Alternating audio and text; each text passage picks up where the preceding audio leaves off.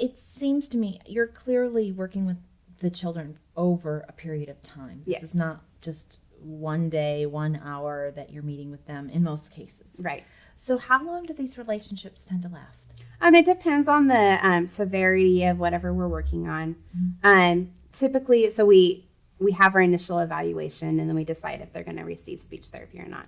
And so we write that plan for a year long. So we meet again the next year. So typically, children are in speech for at least a year.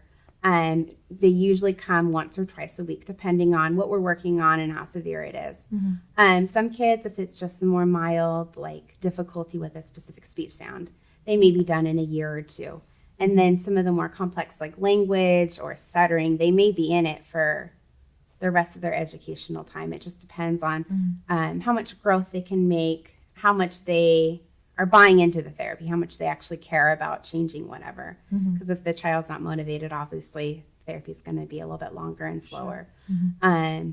Some children that have a more difficult time with the pragmatics aspect, they might take longer, and just because different things come up in middle school and high school than do in elementary school.